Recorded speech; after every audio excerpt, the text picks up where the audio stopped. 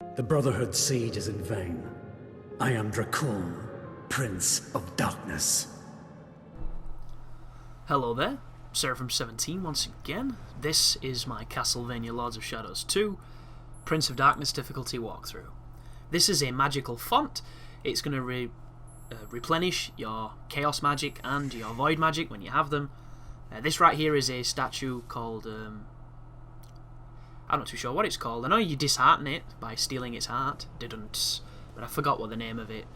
And it's essentially the font that Gabriel used to put his combat cross into on the old game. And they're a little bit few and far between in the game. And I think the reason for this is because they give you so many things to heal yourself.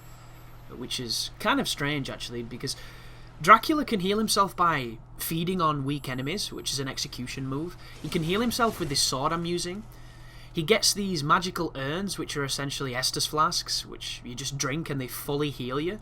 They also give you iframes at certain parts of that animation, which I noticed. Not at the beginning, though. And then there's the fonts. It's kind of... Oh, this is one here. It's quite topical. This is a relic. I don't know which one it is. I think it might be... Yeah, it is. That's it. So, it's called Tears of a Saint. And you put it on by pressing down on the D-pad and you hold right trigger to use it. And he chugs from this flask and it fully heals him. And it heals him more than 100% full. It gives him extra life. It's kind of like the Hyper Lives, or... What was it called? Atomic Life on Duke Nukem.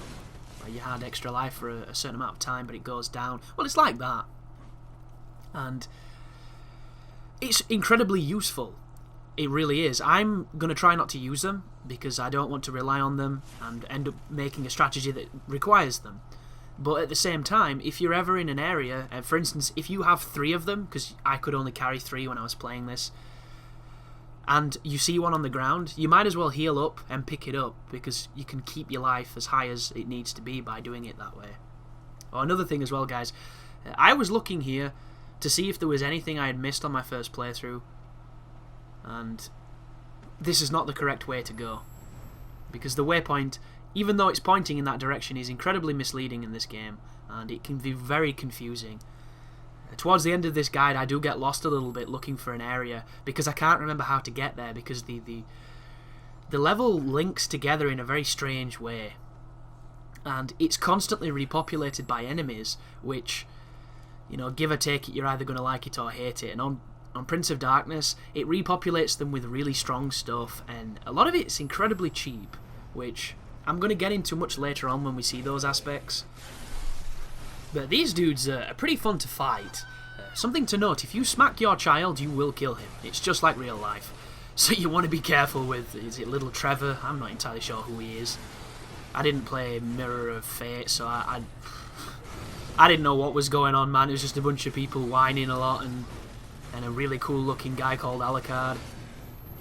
But this enemy is one of your servants, but what happens throughout the game is there's this corrupted blood, and I assume it's to do with Satan. I think Satan's on his period or something, and the corrupted blood gets into the enemies and it turns them bad and they start killing you. And this particular foe is really good to practice your sync blocks against, so you can get the timing down, because the timing's drastically different. But they teleport a lot, and when they teleport... Oh, an interesting way to stop them grabbing your child, if you boost into them with the evade, you can knock them over. It's really simple to do. But this enemy, if it teleports and it sinks in the ground, it's going to come behind you and do an unblockable attack that is incredibly fast. And I say it's incredibly fast because there's a lot of unblockables on this game that are very slow, and they lull you into a false sense of security. So you want to be aware of it and just, you know, accordingly act. But one of the best ways to fight this enemy, which you don't see nowhere near enough, and sometimes you see him with a shield, and I'm not a big fan of the shield, but what can you do? But if you launch them, they can't do anything in the air, and then you can alternate between hitting them with the direct and the wide attacks, and then you can finish with a guillotine or the twirly one, which I don't know the name because I don't use it.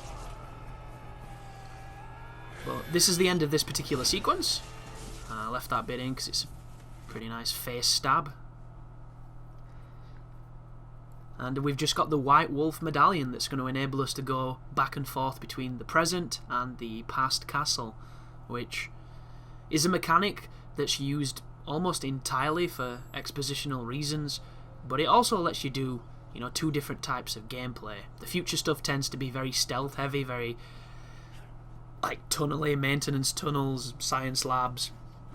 Essentially all the stuff you were bored of from Resident Evil has somehow made it into this game like that's a good idea. And in the past you move around this very beautiful castle which has got some of the best parts of the game in it. But once again, it's just such a confusing game from what I was expecting. And I'm really enjoying sharing my thoughts and making this guide. So hopefully you're enjoying it too. Thank you for watching, and you take care now.